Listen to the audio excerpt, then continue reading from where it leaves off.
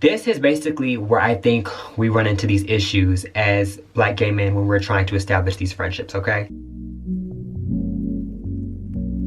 Almost made you love me, almost made you cry, almost made you happy, babe.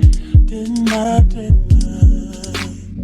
You almost had me thinking. I've been seeing a lot of tweets going around about the gay community and the whole aspect of it being difficult to make friends. Now, I had posted a picture of myself and my two friends on Twitter, and I did like a tag yo fly friend group thread or whatever, and people were participating, but there were also a lot of gentlemen that were quoting the tweet and responding to the tweet, and they're basically saying that they felt like it's very difficult to make friends in the gay community, especially as a black gay man, because of the division that exists within the community, as well as the hypersexualization that exists and the overly promiscuous mindset, which I've spoken on in a previous video, as well as the competitive aspect that exists, I think, just between men in general. I don't think that that's an LGBT thing. I think that that's just a thing with men in general, like egos, and you know, like, it is what it is. So I wanted to speak on that really quickly because that's something that I definitely have experienced, and I've told you before that I'm just now kind of getting to a point where across the board I felt like very comfortable with my friendships and the relationships I've established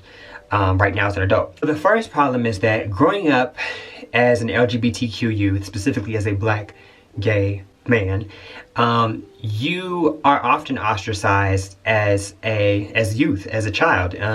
You know, you find yourself ostracized from the straight men sometimes, and this all depends on obviously how you present and things like that.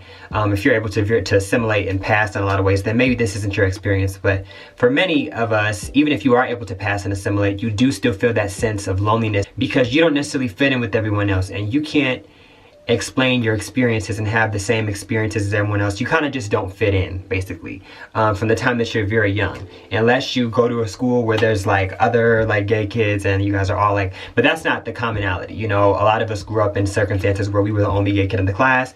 Sometimes we were the only gay kid in the school, and no one knows, right? So you're already kind of dealing with that loneliness, right? And you're already kind of on defense because you're constantly having to defend yourself against bullying. You're having to defend yourself against people who just don't understand, people who are attacking you because they don't understand you. And sometimes that happens from a very young age all the way up until like high school. Sometimes it happens up until college.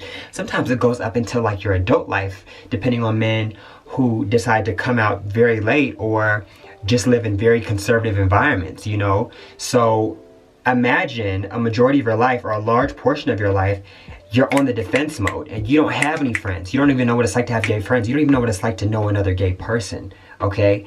And then it flips and you're automatically put in this adult setting where you have access to a lot of other gay people that are similar to you, but you don't have that experience with establishing those friendships. It's foreign territory to you, and friendships, period, are something that you're kind of leery of because you've always been on defense. You're always ready to go. You're always ready to respond to someone that's calling you a slur, that's calling you out of your name, that's making fun of you. I know me, like, even when I could be anywhere and I'm on guard still, like, especially when I'm around like a group of men, and I hate to say it, but specifically black men, like, I'm on guard, I'm listening, my ears are open, like, I'm sorry, did you say something? Did something wrong? Do you have something to say? Speak up, you know what I'm saying? Because the way I present, the way that I look, I'm used to being in spaces where that is threatening to people because they do not understand it. I'm used to being in spaces where that makes them uncomfortable, and because of their uncomfort, they then disrespect me.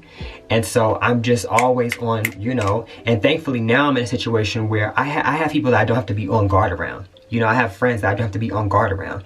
But having been used to that for so long, it can be like difficult for us to break out of that and establish friendships with each other. You never have had a real friend. You don't know what it's like to have a real male friend, whether they're gay or not, because you grew up having to fight with men and having to argue with men and having to defend yourself against men. You get what I'm saying? So I think that that's one of the reasons why we have such a difficult time establishing friendships. I think another reason why we have a difficult time establishing friendships is because of the internet. I'm just gonna keep it honest with you.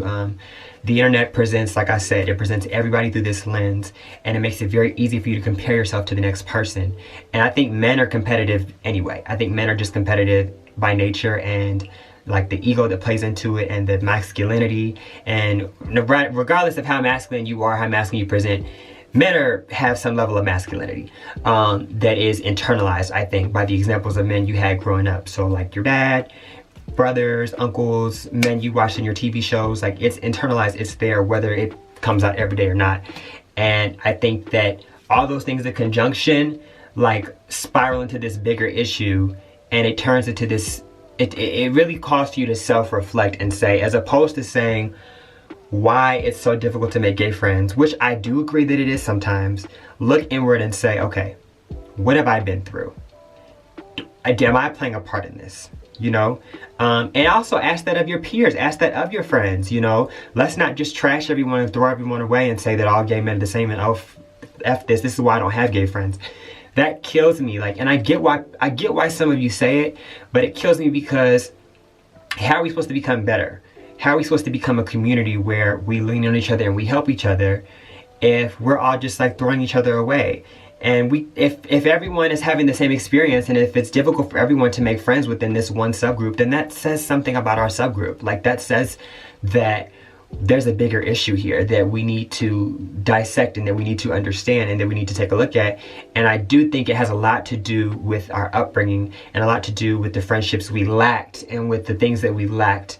And on the other side of that, I think that obviously, you know, the gay community is somewhat overly, it's hypersexualized. It is. You know, it just is. The apps don't help, and you know, sometimes I think about Pride, and this is so crazy because I've said to you guys that Pride is like the one time a year where we get to go crazy and da-da-da-da, because it is, and it's true, and it's fun. But sometimes I think to myself, what about being naked represents gay pride? You know, like why do we have to be like butt naked? As someone who, you know, dresses a little skimpy on during Pride, I do think that to myself, like why does that equate to pride? Should it? And is that problematic that it does?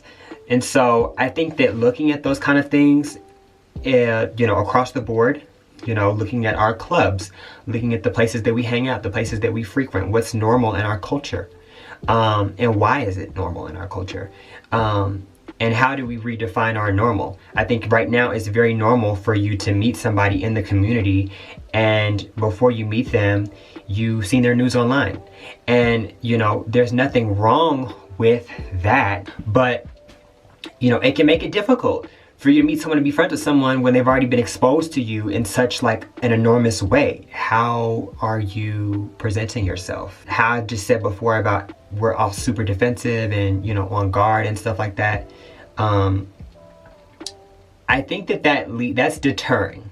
Okay, so I'm aware that sometimes I could be out, and because I'm on guard, because of the way that I look, I don't know if I would want to come up to me and start a conversation and try to be my friend, because I would be like, oh, he looks like kind of serious. And it's the same thing for a lot of other gay men that I see in public spaces. I don't know that I would walk up to you gentlemen and strike up a conversation. I might, because I don't care. You can't really offend me. You don't want to be friends, fine, on to the next. But I don't know that a lot of people would do that because of the demeanor that you have, which I understand, my brother. I get it, because you're used to having that demeanor, because you're used to having to be stone-faced, so nobody with you, so nobody messes with you. I get it, but what I'm saying is maybe it's going to take a little bit more of us softening up, a little bit more of us being less standoffish toward each other and being like, hi, I see that, you know, we have something in common. Would you like to hang out sometime? Would you like to hang out with my friends and I? Would you like to go out to the club with us? Would you like to go bowling? I don't know. Like, make it easy. It's not so difficult to make friends. The way that I met my friends, literally went up to them in the bar because I went to the club by myself one night, okay? And I just was not having the most marvelous time, and I saw them and they were having a marvelous time. And I walked right up to them and I said, hi. I said, I've seen you guys around, like, I absolutely love your spirit, I love your energy. Can I hang out with you tonight? Like, can I join in whatever we got going on? And haven't looked back since.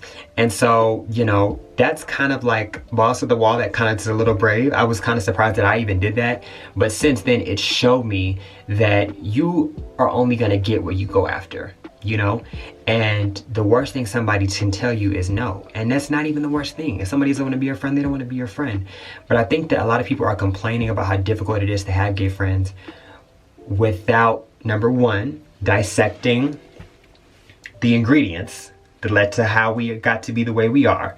And number two, without even actually trying at all. Like, are you trying? Are you just expecting these friends to fall out the sky? Like, no, that's not how it happens, especially the older we get. When you're growing up and when you're in school, a lot of your friends are circumstantial. They're just because of the circumstances you're put in, because of the school you go to, because of the class you're put in, because of the neighborhood you live in, because of the dorm you live in. When you become an adult, that's different. It's more intentional about the friends that you want, because you're not just, I mean, unless you're hanging out with your coworkers all the time, but I believe in having a work and life balance. So if you want friends, then you have to go out there and be social. You have to try, okay?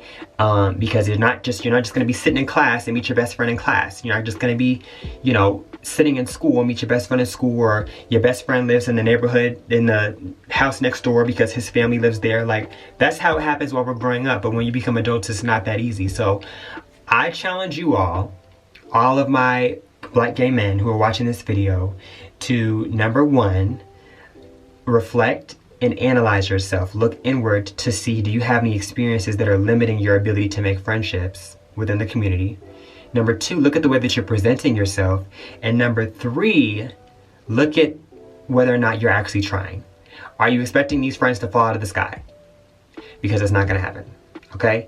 And remember, through all this, like I just said, the worst thing somebody can tell you is no, and it's not the worst thing. Because if somebody doesn't want to be a friend, shout on to the next. All right? That's coming from me. I'm your YouTube friend. All right? So, that's what I wanted to say about that, because I did see a lot of tweets that bothered me, because the men that were tweeting this were men who were educated, men who were smart, men who were beautiful, men who were artistic and creative, and there's too many of them. There's too many of us out here with these shared experiences and these commonalities for us to all have these extreme difficulties making friends. And maybe friends is too strong or extreme of a word. Acquaintances, I think that it shouldn't be as difficult as it is. And I recognize the problem, and so these are the solutions that I wanted to propose. Okay, so thank you guys so much for watching this video, and let me know what you think of the new backdrop, darling. We're going to be using this in a lot of videos. I'm very excited for this backdrop, okay? So let me know what you think of the new backdrop. Let me know what you think of this video. Make sure you give this video a thumbs up, okay? Make sure you hit the subscribe button. Make sure you hit the notification bell so you can be notified whenever we post new videos on the network. Make sure you follow me on Instagram at ToneClassic. That's also my Twitter. And make sure you follow me on my fashion lifestyle blog, which is www.toneclassic.org. Thank you guys so much for watching. And I will see you in the next video.